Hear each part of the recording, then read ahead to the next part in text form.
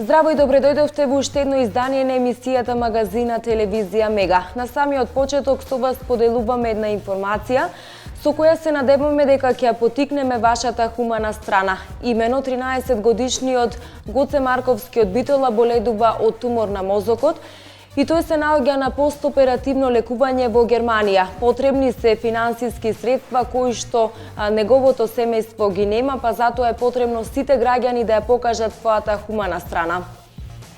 13-годишниот Гоце Марковски од Битола е интелигентно и талентирано момче. Свири на пијано и е член на пливачкиот клуб од Битола. Зад него има многу надпревари, многу победи и успеси низ цела Европа. Гоце боледува од тумор на мозокот и моментално е на ургентно постоперативно лекување во Германија, во Универзитетската клиника во Хале. Целокупниот износ на лекувањето е 50.000 евра, поради што семејството има потреба од помош која е неопходна за покривање на сите трошоци. Затоа е потребна помош од сите хумани граѓани и за среќа помошта веќе почна да доаѓа од повеќе страни. Вечерва во еден битолски кафе-бар ќе се одржи хуманитарна забава, а викендов децата ќе имаат можност да се дружат со кловнот заги и да донираат. За жал, денеска се почесто слушаме ситуации во кои што децата се мета на некои тешки болести, така и нашиот Гоце од Битола, 13 годишен, кој моментално е на постоперативно лекување во Германија, имаше тумор на главата. Јас се надевам дека ќе му дадеме поддршка и сила на Гоце побрзо да закрепне. Секако потребни се и многу финансиски средства за неговото семејство. Па така, викендов јас како Заги организираме една хуманитарна детска журка во која што пред се сакам децата да бидат вклучени во нештата, бидејќи Гоце е сепак дете и да му покажеме дека ние децата од Битола можеме да му помогнеме и дека сме со него. Ке има журка во сабота во 12 часот во кафе игротека Бубамара, каде што ќе биде кловнот Заги. Нормално ги поканувам сите дечиња од Битола и пошироко кои што сакат да помогнат. Пред се да се дружиме и да му испратиме на Гоце една порака дека ние децата од Битола сме со него. А во недела истата забава, значи ќе се одвива во 12:30 во игротека Смајли во Битола. Се надевам и ги поканувам сите родители, иако веќе знам дека многу родители донираат преку телефонските броеви. Пред се сакам децата, значи да стекнат една навика кога е тешко да помогнат. Еве, викендов нема да јадеме чоколади и бомбони, тие пари ќе ги донираме за Гоце. Ги поканувам сите деца, значи да дојдат на журката. Ве сака Заги, се надевам дека заедно ќе му помогнеме многу на Гоце. Сите хумани граѓани кои сакаат да помогнат во лекувањето на битолчанецот Гоце Марковски можат да донираат на телефонските броеви 077 143 487 и 075 143 487, како и на неговата сметка во Охридска банка. Денарската е 530 5000 20219122, а девизната МК 075 3028 000 521 4009. Да бидеме сите хумани како и досега, за Гоце и од оваа битка да излезе како победник.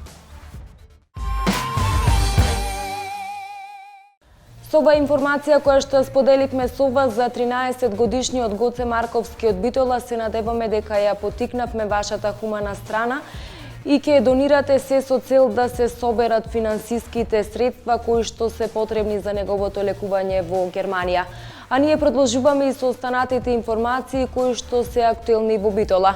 Имено битолските рапери повторно се организира и во сабота ќе прават рап журка, се со цел да се подигне нивото на рап културата во Битола. Што поконкретно ќе се случува на оваа рап журка и кои ќе бидат учесниците, дознаваме во продолжение.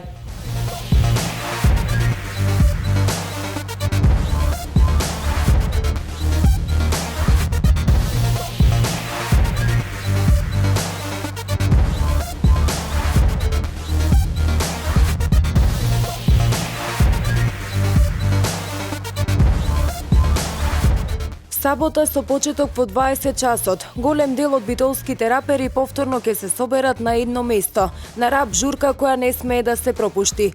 Организаторите ветуваат одлична забава со голем број рап артисти. Настанот започнува на 28 јануари, значи поточна сабота со почеток од 8 часот.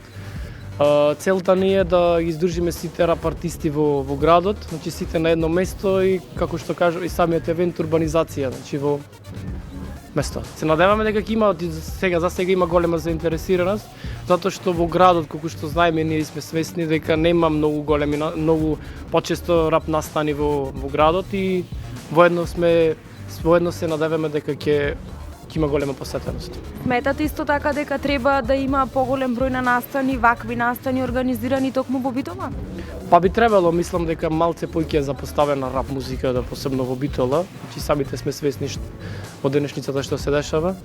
Мислам дека би требало да има почесто вакви настани. Сабота на журка може да ги видите сите рап артисти од Битола, како на пример Коста Фристайлери, Дон Тонива, дуото Звукот од Дивот, исто така луди од MC, Шейди, исто така јас, MC Јакуб, Шабат Бклан, Поетика, Drop Hop Streeters, Freedom Fighters, Стиховно војување и многу други исто така, плюс ќе има Open Mic, Beatbox, Freestyle.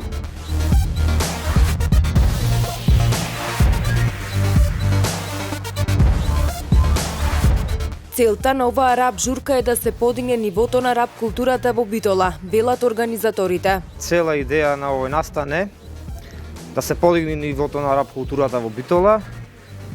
Ветераните, ако е можно, се вратат повторно на сцената и нормално да никнат нови млади артисти, што во иднина ќе одвижат рапот во Битолата.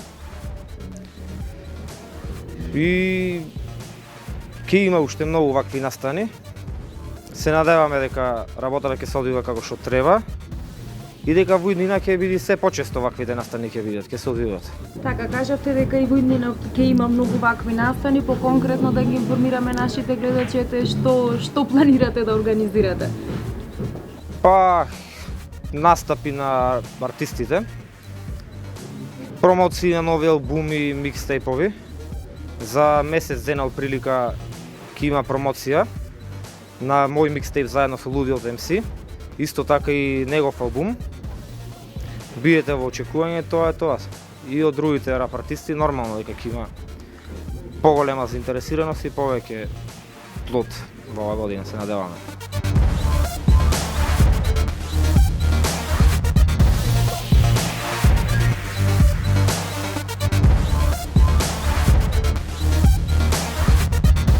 Повикуваме сите рап гурмани на добра и квалитетна рап музика да дојдат на 28 јануари со почеток од 8 часот. Ја очекуваме сите. Присуство задолжително. Кој сака нека дојде отворена вратата. Влезо без пари, да знаете. Така да не се двоумете, сабота сите на рап журка.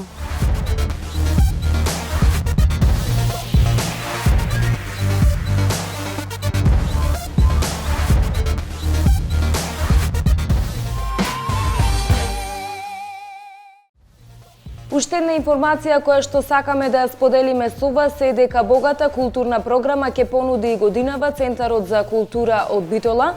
Меѓу проектите кои што ќе се организираат, а кои што финансиски се поддржани од Министерството за култура на Република Македонија, се фестивалот на монодрама, фестивалот на традиционална игра и песна и линденски денови, а исто така ќе се организираат и многубројни концерти, настани и гостувања. Подетално на оваа тема од првиот човек на Центарот за култура од Битола, Борче Димитровски. Посебно ни е драго што Министерството за култура ги препознава нашите напори да навистина прикажеме квалитетна програма и квалитетни проекти пред битолската и пошироката публика. Повторно оваа година клучни манифестации се трите фестивали кои што ги организира Центар за култура. Тоа се фестивалот на монодрама. Оваа година ќе биде 18-тото издание, кон крајот на месец април или почетокот на месец мај. Потоа фестивалот и линденски денови, еден навистина значаен настан кон средината на летото во очи на големиот празник Илинден. Стандардните датуми со атрактивна програма како и претходните години и фестивал на музика од светот кој што веќе се станува традиционален и многу очекуван кај битолската публика. Стандардно во првата половина на месец ноември веќе преговараме со музички имиња кои што ќе бидат дел од програмата. Тука секако се приклучува фестивал Браќа Манаки, каде што сме партнери и исто така може би најзначајниот културен настан во нашата држава и многу ни е драго што Центар за култура и градот Битол учествуваат во тоа. Една активност која што се покажа како повеќе од успешна изминатите 4 години е работата на Камерниот оркестар во партнерство со Центарот за култура. Повторно Камерниот оркестар е поддржан од Министерството за култура и оваа година ветуваме дека ќе имаме одлични концерти и се надеваме дека ќе имаме повторно над 10 концерти и во нашиот град, секако и неколку гостување надвор од Битола, имаме одредени преговори за гостување надвор од Република Македонија, така да битолчани уште во првиот квартал од оваа година ќе може да уживаат во нов концерт на Камерниот оркестар. Секако тука е одличната соработка со другите национални установи од областа на музичко-сценската дејност.